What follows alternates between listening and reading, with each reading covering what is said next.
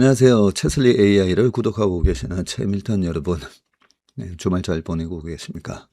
오늘 8월 15일 채슬리 AI 업데이트 해드리도록 하겠습니다. 오늘 아침에 끝난 미국 시장 어떻게 끝난지 한번 살펴보도록 하겠습니다. 먼저 우리나라 시장에 가장 영향을 주는 필반 지수부터 보겠습니다. 필반 지수는 약보합으로 끝났네요. 그 전날 목요일날 2.46%까지 쭉 올라가다가 밀려버렸어요. 이런 약간 비석형 모양. 그래도 양봉으로 끝나서 뭐 괜찮지 않겠나 했었는데, 자, 주봉을 보시면 이 추세가 꺾어진 상황에서 그래도 지난주에 강하게 올라가면서 9.25% 올라가면서 5주 이평을 뚫은 게 상당히 고무적이었고요. 그 다음에 또 하나가 이렇게 데드 크로스가 날 때 오히려 반등이 들어간다 했잖아요. 강한 장은 5주 이평과 20주 이평이 이렇게 데드 크로스가 날 때 이렇게 올라갑니다. 그래서 이때도 보면 지난 이란 전쟁 때였죠. 하나, 둘, 셋, 넷, 다섯. 5주하고 6주째 바닥 나오고 그러고 나서 밑꼬리 달고 올라갔었거든요.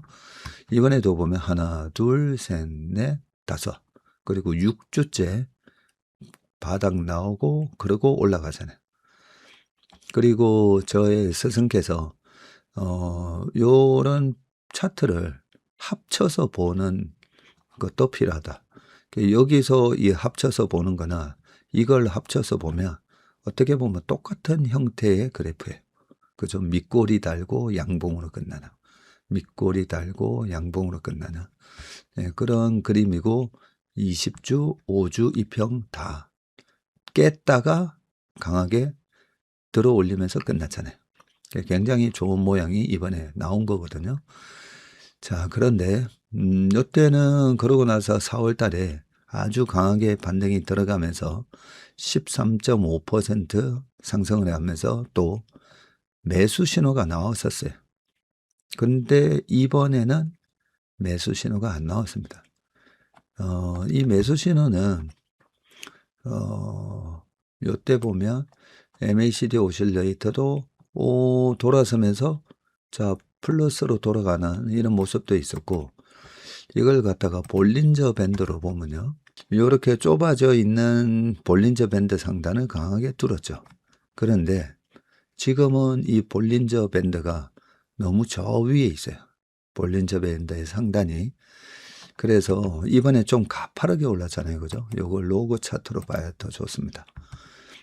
가파르게 올랐기 때문에 이번 조정이 좀 가파르게 오긴 했었지만 지금은 아직까지는 이 볼린저 밴드가 좀 더 수렴을 해야 돼요. 조금 더 옆으로 왔다 갔다 하면서 수렴이 되고 나서 그러고 나서 나중에 뚫는 모습이 나와야 됩니다. 이때도 그렇죠. 지난 21년에서 22년 이때도 보면 뚫고 조정받고 반등이 들어가는데 볼린저 밴드가 이 위에 너무 높게 있다 보니까 반등은 들어가는데 매수 신호가 안 뜹니다. 그리고 여기서 음으로 MACD 오실레이터도 음으로 들어갔고, 그죠? 이런 모습들이 보면 지난 21년에서 22년 반도체가 좀 고점 찍고 빠질 때의 초기 모습하고도 좀 비슷합니다. 그죠? 이 모습하고 지금 이 모습하고. 그쵸? 그래서 이번에 9월에서 10월 정도에 아직까지는 실적 시즌이 남아 있기 때문에 위에서 왔다 갔다 할 거라고요. 왔다 갔다 할 때 요게 24년이거든요. 요때는 24년이고 요때도 24년 7월까지 쭉 올라가다가 확 빠지고 반등이 들어가도 이 낙폭의 한 50에서 다시 밀리고 또 반등이 들어가도 여전히 볼린저 밴드의 상단이 높게 형성되면서 나중에 이렇게 수렴이 되죠. 그죠? 이렇게 수렴이 되지 않습니까? 수렴이 됐다가 이때 트럼프 대통령의 관세 폭탄, 갑자기 트럼프 대통령이 관세 연보살이 아니라 관세 하면서 네.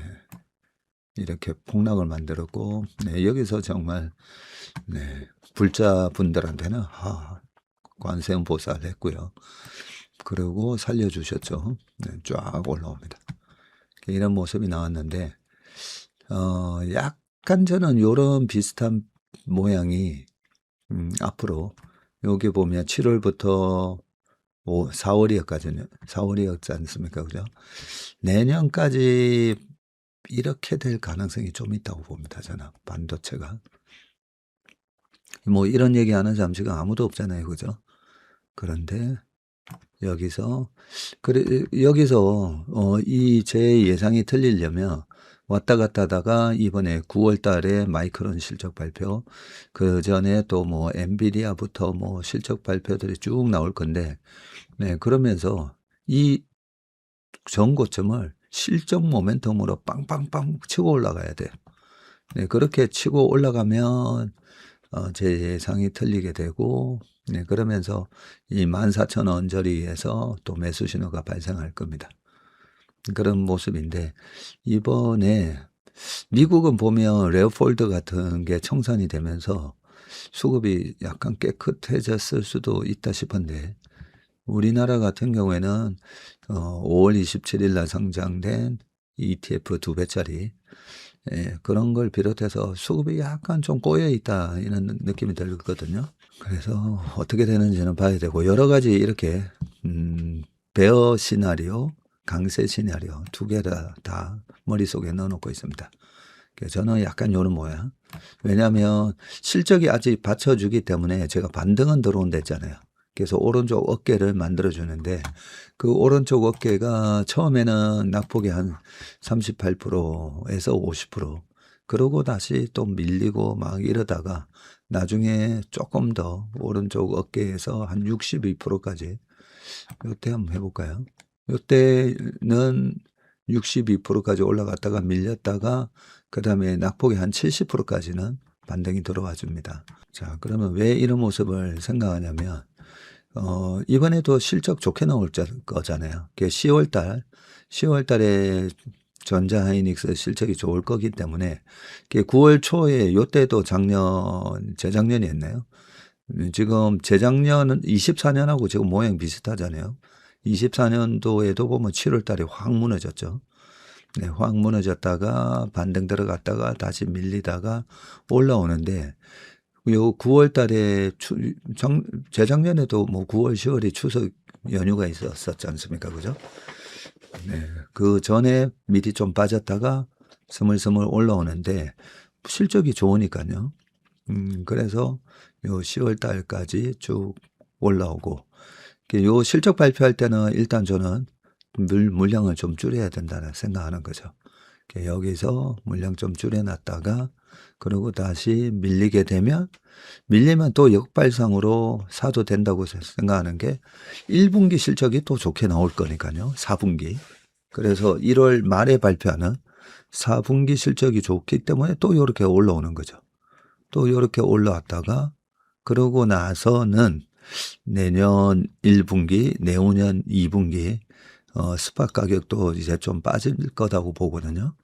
네, 그렇게 되면 이번 하락이 1파 하락이었고요. 이게 2파 반등이고, 그 다음에 이 3파 조정 같은 게 한 번 남았을 거다라고 봅니다. 왜냐하면 내후년에 증설 물량이 쏟아져 나오는 걸 반영하면서, 네, 반도체는 한 번 더 저점을 깨지 않을까, 내년에. 네, 그렇게 생각을 하고 있습니다. 요 그림을 좀 생각을 하고 있고요. 2018년처럼 만약에 된다면, 2018년 그림 한번 보여드릴게요. 자, 2018년도가 스팟 가격이 계속 올라오다가 스팟 가격이 꺾이면서 고정거래 가격은 6월, 7월, 8월까지 올라왔는데 스팟 가격이 스물스물 이제 빠졌었잖아요, 그죠? 그러다가 나중에 요 박스권에서 이렇게 왔다 갔다 합니다, 그죠? 이렇게 왔다 갔다 하다가 여기 보면 10월 달에 확 빠집니다. 근데 이때는 반도체만 빠진 게 아니라 시장 전체가 10월, 11월, 12월 하면서 많이 빠졌었죠. S&P 500이 거의 20% 빠집니다. 이때 또 박스권으로 가다가 결국 마지막에 한 번 더 저점을 깨는 이런 모습이 나오거든요. 자, 보시고 그 다음에 21년에서 22년 아까 넘어가는 거. 자, 21년에서 요 모습하고 지금 비슷하다고 했잖아요. 21년에서 22년 넘어가다가 네, 여기서 여기 이제 좀 안 좋은 케이스인데요. 자, 보면 했고 빠졌고 4천에서 3천 왔었거든요. 4천에서 3천 왔으면 25% 빠진 거다, 그죠? 자, 25% 정도 확 빠졌다가 반등이 들어가다가 다시 저점을 깼다가 올라오는데 계속 저점과 고점이 낮아집니다. 자, 그런데 이때는 이 페드가 금리를 올리면서 시장 자체를 이제 찍어 눌렀던 때였기 때문에 이런 모습이 나왔고요. 10월까지 4천 갔었던 필반 지수가 2천 딱 옵니다. 이때는 엔비디아도 350불에서 100불 갔었어요. 시장 자체를 뭐 찍어 눌렀었기 때문에 요 모양은 요렇게는 요거는 시장을 찍어 눌렀기 때문에 요거를 우하향이 아니라 요거를 쭉 당겨서 옆으로 눕혀 놓은 모양을 생각하시면 될 것 같고, 그 다음이 2015년에서 16년 넘어갈 텐데 이때도 보시면 2014년부터 13, 14, 15년 넘어갈 때 반도체 되게 좋았거든요. 자, 좋았다가 15년 여기서 6월, 7월, 8월 네.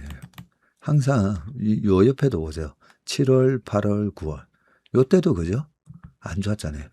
그러니까 우리가 더울 때는 웬만하면 위험 관리를 하셔야 돼요.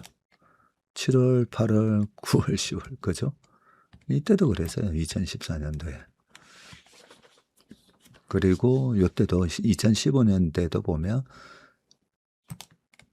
7월, 8월, 9월 그렇죠? 그래서 웬만하면 그 전에 많이 올랐을 때 7, 8, 9는 나는 그냥 안 먹어도 돼. 휴가 갔다 올게. 약간 그러셔도 되고. 근데 2016년 요렇게 15년에서 16년 상반기까지 고생을 시키면 또 요 7, 8, 9 요까지 보면 2016년도가 보면 5월까지 막 올렸다가 내렸다가 박스권장이었잖아요. 이 상반기를 고생시키면 하반기가 그렇게 고생스럽지는 않습니다. 코로나 때도 그랬죠. 코로나 때도 이 하반기가 고생스럽지 않는 거는 요때 코로나 때도 상반기 고생시켰잖아요. 그리고 작년에도 그렇죠. 25년 트럼프 관세 때 요때도 상반기 고생시키고 나면 요 4월, 5월까지 고생시키고 나면 그나마 하반기가 그렇게 나쁘지는 않습니다. 자, 다시 2015년에서 16년 넘어갈 때도 보면 이렇게 급락했고요. 751에서 550 빠졌으니까 와 33% 빠졌네요. 그죠? 750에서 거의 550이 살짝 깨졌으니까 한 30% 빠졌고, 그러고 나서 반등이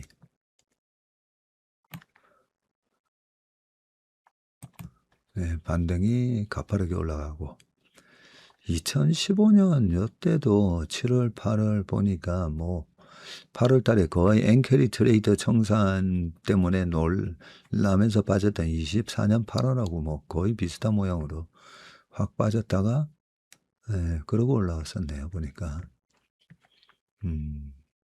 요때는 반도체가 P하고 Q가 다 같이 빠졌을 때고요. 2018년도 하반기는 반도체가 Q는 증가하는데 P만 빠집니다. P가 확 현물 가격이 확 빠졌고요. 자, 어쨌든 지금 이번에 필반 지수가 지금 빠지고 올라가는데 요때 4월에서 5월, 요때 4월, 5월 상반기에는 장이 좋으니까 여기서 이제 강하게 올라갔는데 지금 여기서부터 9월까지는 다 어떻게 보면 주포들은 다 휴가가 있고 여기서 물린 사람들만 막 아둥바둥하고 있는 약간 그런 느낌입니다. 주포들은 다 휴가 가서 필반 지수는 이 정도로 정리를 하고요. 자, 중요한 거는 요 10년물 국채죠. 10년물 국채가 어제 또 올랐어요. 4.68. 요 놈이 좀 의미있게 확 빠져야 된다잖아요. 얘가 지금 이러고 있으면 시장이 못 올라갑니다. 그래서 금리라도 이제 쭉 빠져주면 휴가 가지 말고 뭐 누구 얘기대로 휴가 가지 말고 뭐 돈 벌라고 그게 지금 한번 이렇게 보시니까 얼마나 이번에 휴가 가지 말고 돈 벌라는 이 얘기가 되게 무모한 얘기라는 거 아시겠죠?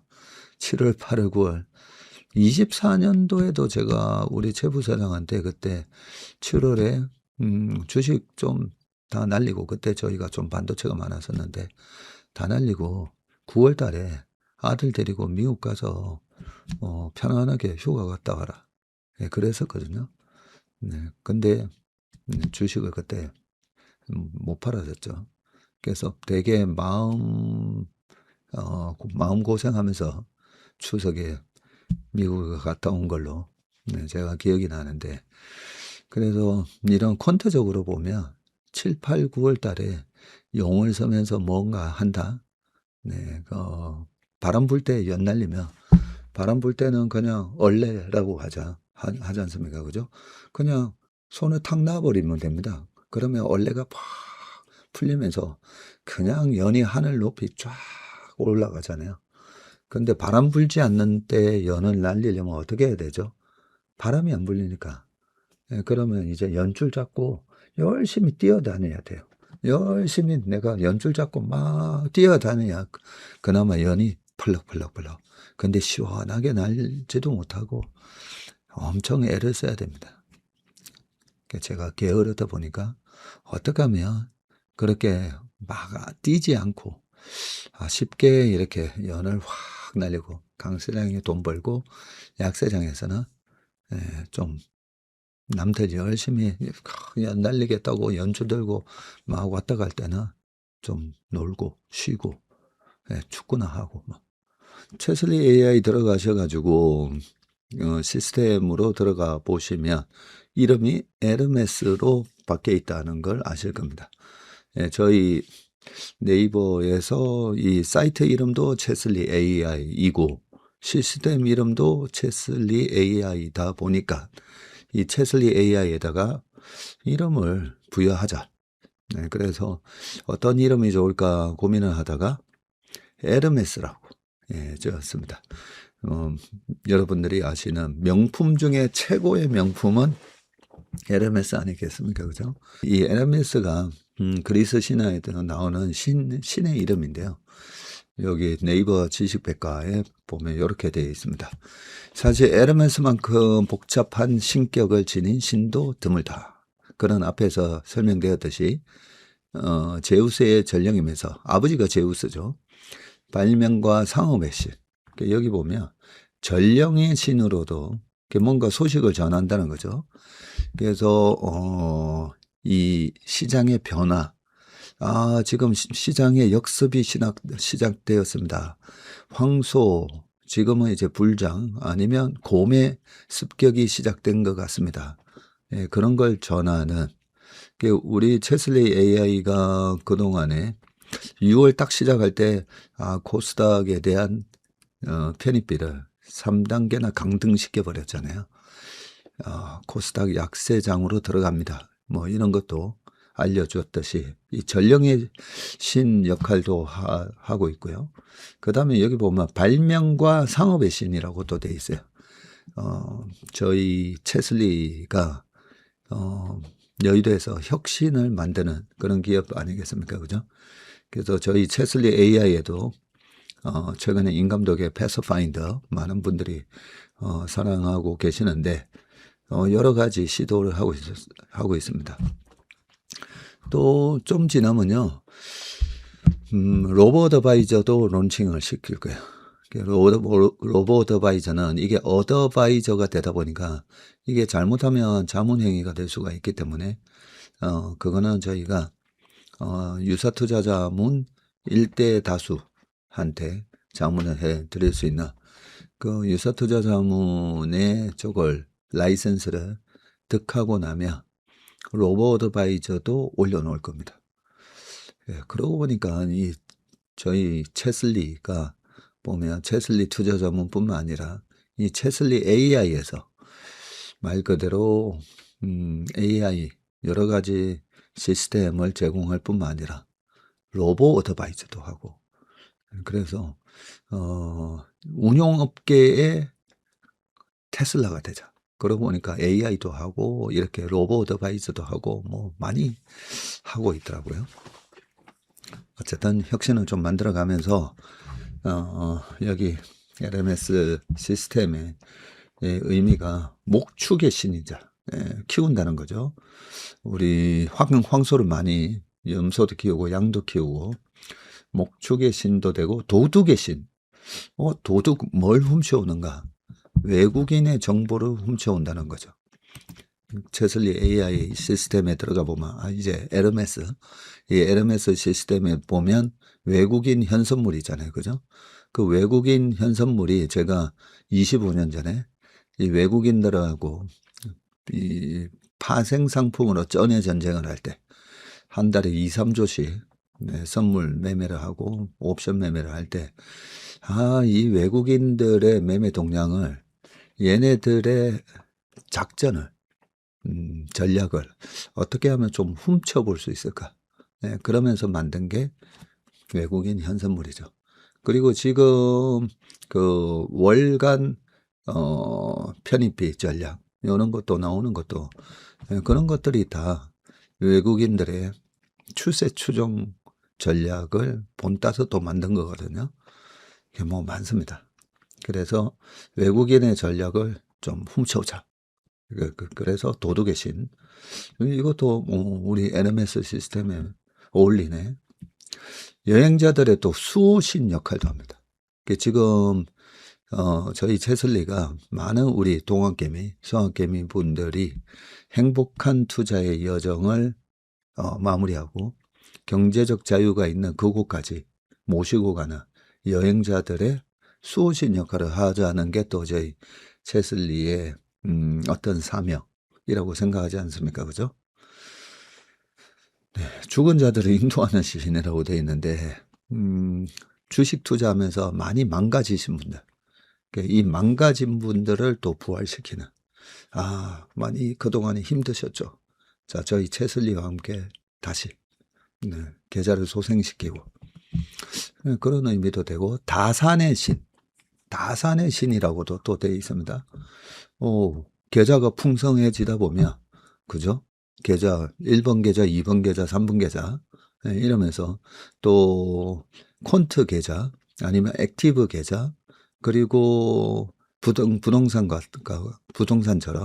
이렇게 담아둘 수 있는 고배당 계좌, 그런 식으로 계좌를 다양화시킬 수 있는 다산의 신, 그리고 웅변과 이성, 학예의 신이기도 하다. 저희가 엄청나게 이 퀀트 리서치를 하지 않습니까? 채슬리 AI를 관리하는 법인의 이름이 채슬리 QR입니다. 채슬리 퀀트 리서치. 그러다 보니까 이 학예의 신이기도 하죠. 그래서 이 학자들이 LMS의 어원인 돌더미에서 유래된 자라는 의미가 있고요. 그게 고대 그리스의 길가에 특히 마을 입구와 같은 경계를 표시하는 곳에는 어김없이 이 헤르메라고 불리는 네모난 에르메스 석상이 세워져 있다고 합니다. 경계를 넘나드는 신, 그가 바로 에르메스라고 합니다. 이쪽과 저쪽을 오가며 파생과 국내 현물, 선물, 국내, 해외 파생과 선물, 옵션 뭐 이런 걸 오가며 시장이 어떻게 변하고 있다는 메시지를 전하고 주도주가 뭔지 패스파인드에서 찾아가고 이런 것들 무용해 보이는 것을 유용하게 만들며 보호하는 한편 또 외국인의 전략을 훔쳐가기도 하고 서로 다른 형태의 교환을 주재하고 소통과 노마드적 삶을 중시하는 오늘날에 있어 더욱 매력적인 신이 아닌가 했는데 정말 매력적인 그런 시스템으로 계속 업그레이드를 또 시키고 있습니다. 자, 제슬리 AI에서 시스템이 이제는 에르메스 접속을 해서 지금 8월 시장 요는 건 변하지 않았고요. 이번에 바실리 신호에서 매수 신호가 떴죠.